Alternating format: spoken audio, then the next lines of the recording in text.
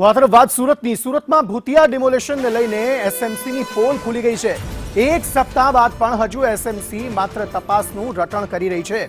સંકલન બેઠકમાં ધારાસભ્યના સવાલનો એસએમસી કમિશનર પાસે કોઈ જ જવાબ નહોતો. ડિમોલેશનના એક સપ્તાહ બાદ પણ એસએમસી તપાસનું રટણ જ કરી રહી છે. એસએમસીએ રિમાર્કિંગ કર્યું પણ ડિમોલેશન નથી કર્યું તેવું એસએમસી કમિશનરનું કહેવું છે. તો ડિમોલેશન અહીં આવીને કોણ કરી ગયું તેને લઈને મોટો સવાલ ઉપસ્થિત થઈ રહ્યો છે. ધારાસભ્ય વિનુ મોરડિયાએ પણ આ મામલે સંદેશ ન્યૂઝ સાથે વાતચીત કરી હતી. સેન્ટ્રલ ઝોને લાઈન દોરી હતી પરંતુ ડિમોલેશન નથી કર્યું તેવી વાત તેમના દ્વારા કરવામાં આવી. એક સપ્તાહ બાદ પણ હજુ પણ આ મામલે તપાસ થઈ રહી છે તેવું રટણ એસએમસી કરી રહી છે.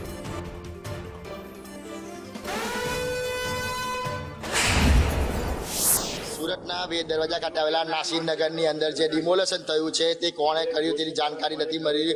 લોકોનો રોષ છે તે ભભૂકી ઉઠ્યો છે કારણ કે રાતોરાત ડિમોલેશન થઈ ગયું હતું. ત્યારે પૂર્વ શહેરી વિકાસ મંત્રી આપણી સાથે વિનુભાઈ મોરડિયા છે તેમની સાથે જાણવાના પ્રયાસો કરીશું કારણ કે વિવાદ છે વધુ. વિનુભાઈ, શું કહેશો, કઈ રીતના આ નાસીરનગરના ડિમોલેશન જોઈ રહ્યા છો તમે?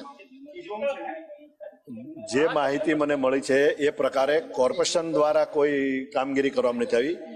મેં કોર્પોરેશનને કમિશનરશ્રી હારે વાતચીત કરી છે. કોર્પોરેશનમાં કમિશનરે કોઈ કામગીરી કરાવેલ નથી. ફક્ત અને ફક્ત લાઈન દોરીમાં જે જગ્યા આવતી હતી એ માપ ખાલી કરવા ગયેલા છે કોર્પોરેશન અધિકારીઓ. બાકી અન્ય કોઈએ કરી છે એવી માહિતી આપવામાં આવી છે ત્યારે મને. અને જે પ્રકારે જાણવા મીડિયા પાસેથી મળ્યું તે પ્રકારે કે પોલીસે એમાં કોઈ કામગીરી કરી હોય એવું જણાઈ આવે છે. સાહેબ, કેટલું યોગ્ય કહેવાય કારણ કે મહાનગરપાલિકાએ નથી કર્યું, તમે જ્યારે કોર્પોરેશનમાં પૂછ્યું કમિશનરને તો કોઈ ડિમોલેશન કેવી રીતે કરી જાય? બિલકુલ તમારી વાત બરાબર છે કે આવી રીતે કોઈ પણ વ્યક્તિ કે કોઈ આવી કાર્યવાહી કોઈ પ્રાઇવેટ જગ્યા પર નહીં પણ કોર્પોરેશનની માલિકી તે કોર્પોરેશન જ કરે. એમાં પોલીસ કમિશનર કે પોલીસ કોઈ પણ એમાં સપોર્ટ કરી કોર્પોરેશન માગે તો આપે. પ્રાઇવેટ કોઈ નિયમ મુજબ થતું નથી મારી જાણ મુજબ. સાહેબ, આપ બી શહેરી વિકાસ મંત્રી રહી ચૂક્યા છો તો નિયમ શું કહે છે? જો અગર ગેરકાયદેસર બી હોય તો 21 દિવસ પહેલા નોટિસ આપવાની હોય છે. આ લોકોને કોઈ નોટિસ જ નથી મળી. કોર્પોરેશન જો આ કામગીરી કરે તો કોર્પોરેશનને કરવાની હોય. કોર્પોરેશન આ કામગીરી કરી જ નથી. બિલકુલ, તો ખૂબ જ મોટા જે સમાચાર કહી શકાય કે હવે સત્તાવાર જાહેર થઈ ગયું છે કે કોર્પોરેશન દ્વારા આ ડિમોલેશનની કામગીરી છે તે કરવામાં જ નથી આવી. તો કોણે ડિમોલેશન કરી રાખ્યું?